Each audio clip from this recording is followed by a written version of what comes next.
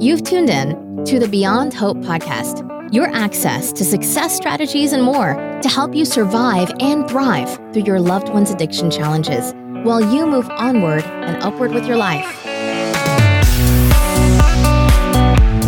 Now, here's your host, Shar Jones.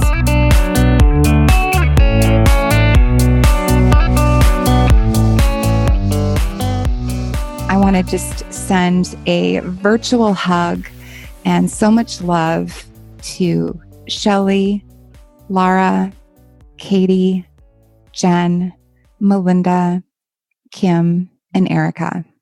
Thank you for trusting me to share some of your stories with me. It means so much to me. Just know how much I appreciate you, and I'm just sending you so much hope and courage, and I just look forward to continuing to build these friendships.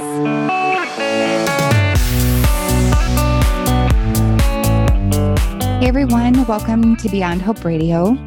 This is Shar, and I want to just send so much love to those who have been nudging me to record.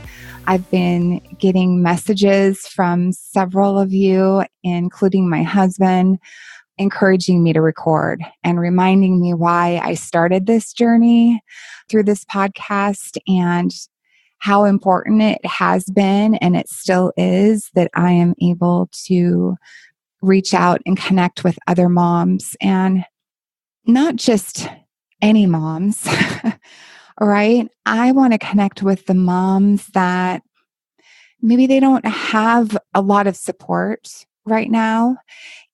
Or even if they do, they're still feeling a sense of loneliness and heartbreak. And if that's you, perhaps you're feeling stuck and confused. When I think about where I was at not that long ago, I remember so well how my circle just continued to get smaller and smaller. I would just continue to build walls and push people away. I needed to feel safe, and I couldn't find that safety that I needed, that I was so desperately looking for. I had a really incredible conversation with one of my moms recently, and she asked me at the end of our call, how did I learn how to be so vulnerable in sharing my voice and sharing about my daughter and about what I've gone through and how heartbreaking it's been? And it was such a good question, and it really stopped me to think about it, because it hasn't always been the case. Like, I got to this point where I couldn't hold it in another moment. I remember specifically this one day I was in the car, and I was just screaming and crying and wailing. I mean, like the kind of painful cry that comes from the pit of your soul. And I just couldn't keep it inside a moment longer. I think you almost have to get to that point where it's more painful to keep it in. It's scary to start sharing your voice, but I think that it's scarier for us to not talk about it. I mean, we have to demonstrate to our kids that we are willing to stand up, to talk about this, to be heard, to share our vulnerabilities, to look within and do our own work, and to turn these decisions and these consequences over to our adult children, to start learning how to take ownership for those decisions that they make. And it's scary, right? I mean, the last thing that we want to happen is for our kids to die out there. I know now that it's no one's responsibility to fill up my cup. It's mine. And whether that be through prayer, whether that be through finding a support group that you can reach out to, be it online or in your area. Journaling, meditation, yoga, nature walks, friendships that you can show up and be yourself and be really authentic about what you're going through. Family, all of these things become so much more important when we are trying to reclaim our lives. I always wanted the best for my daughter. I still do. Right now in my life, I am learning how to be the kind of parent that she needs me to be right now. And how can I do that? I'm doing that by doing my own work and doing my own healing and learning how to be joyful, learning to learning to share my gifts, learning how to laugh. Remember, somebody always has it more painful than you. There's somebody out there right now that is grieving for their child. There are moms burying their children. Horrible things that are happening in this world. There's no time for us to be a mute. I mean, that's what I had become. I had become a total mute. Well, along the way, I've learned to start sharing my voice and talking about what really matters to me. It's not easy, but the more that you practice and the more you do it, the easier it becomes.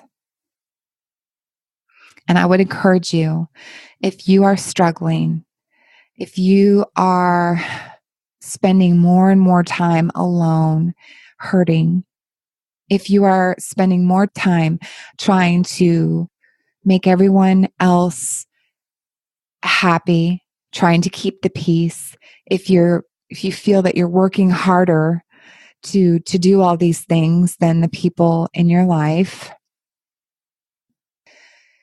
maybe it's time to take a look at where you're at right now in your life. When's the last time you laughed? Like belly laughed, like from your gut, where the tears were rolling down your face. I got to tell you, I laugh daily. Now it helps. I find myself hilarious. I crack myself up. I don't really have to be entertained, but I happen to be around some people that are really hilarious. I get to laugh a lot. I'm silly. I'm a kid at heart. So I make sure that I have time for that. And I also make sure that I am so tuned in to the things that make me happy. And I pay a lot of attention to moments that may be so fleeting and seem so irrelevant, but they are everything to me. And maybe it's, watering our wildflowers in our yard, or playing with my dog, or dancing in the living room with my stepson, or coffee in the morning. I mean, but really pay attention to how it makes you feel when you do some of these things, and love on yourself in those moments. It's a form of self-care, and you deserve that. And if we are not filling our cups and giving ourselves that love and that attention that we need through prayer, through nature, through laughter, through connecting with friends or family, and if you don't have that, reaching out and building new friendships. Start now with what you have. And it gets easier over time. And I'm not saying that I've got it all figured out by any means. I mean, lately I've been noticing that I'll slip into this place where I just feel a void, where I feel nothing. That scares the shit out of me. But that's, I think, a defense mechanism of some sort. So I try not to overthink it. And I think it's what it is. It's an absence of that heartbreaking pain that I was so accustomed to, the fear and the worry and all those things that were such a significant part of my life for so long. There's an absence of that right now. And I'm learning to celebrate that. I mean, there's something about that pain. I don't know if it makes us feel like we're more connected to our kids when they are out there using, when they're out there active in their addiction, that if we can't be close to them physically, if we can hold on to that pain, somehow that makes us feel closer to them. I think that's part of it. And learning to challenge your thinking is everything. So just know that when I'm not recording, that it doesn't mean that I'm not thinking about you and that I'm not available to you. It just means sometimes on this journey, there's so much to process. And as we all know, this is not a straight and narrow path. There are so many dips and turns and landmines and detours, and there are moments where I still struggle to get out of bed. There's still times when I find myself back in that place where I'm just missing my daughter so desperately. I know she's exactly where she needs to be, but sometimes that gets to be so overwhelming. And then I get a letter from her telling me how much she loves me and how proud she is of me for doing this podcast and for writing my book. And she's encouraging me to share my voice. And she's letting me know that she's growing and she's becoming a better person. I mean, that is the good stuff. And it's all possible. Never give up on hope. Never give up on your kids. Never give up on their right to be happy and your right to be happy. You are here for a reason. You were chosen. This is a difficult path, but it's also the most, I don't want to say that it's beautiful, but there is beauty in the darkness that we don't fully appreciate until there's light. And it's made me a better person. And through loving this beautiful child of mine, this beautiful girl, she's been a gift to me, and these experiences that I've been able to go through with her from the very beginning when she was just that, when they first put her on my chest, the first time I held her and she looked at me with those big brown eyes, she looked me right in the eyes. And, you know, she was just laying right there on my heart. And I thought, there's no way that I can love her any more than I do right now. And over the years, I just continue to love her more and more.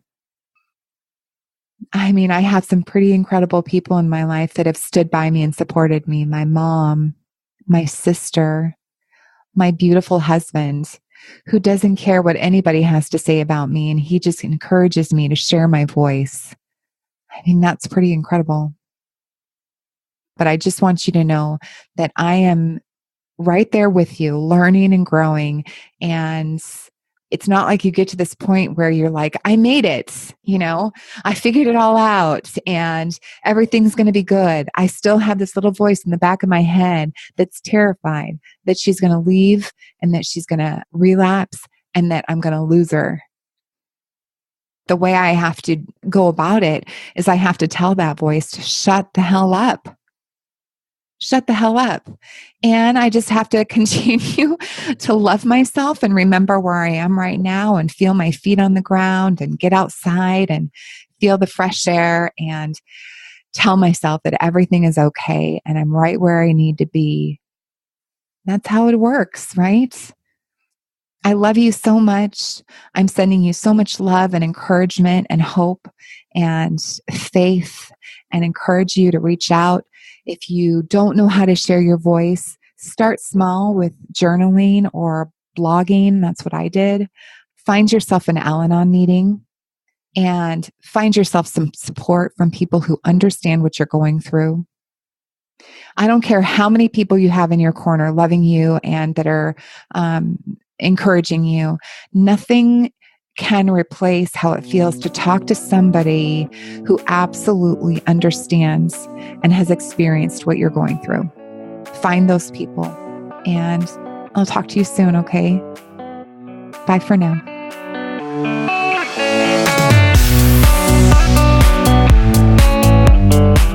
Hey everyone, thank you so much for tuning in and for helping me to connect with other moms of addicts or loved ones who are struggling with addiction in their lives. If you have questions for me, comments, suggestions on future show content, or perhaps there's a specific topic that you would like to hear from an expert in the field, I would love to hear from you.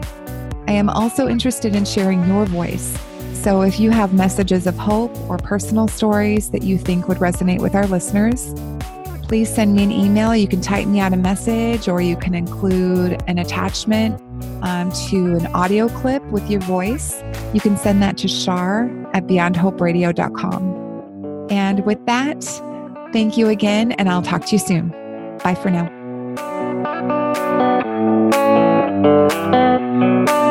Thanks for listening to Beyond Hope. For show notes and more, head on over to beyondhoperadio.com.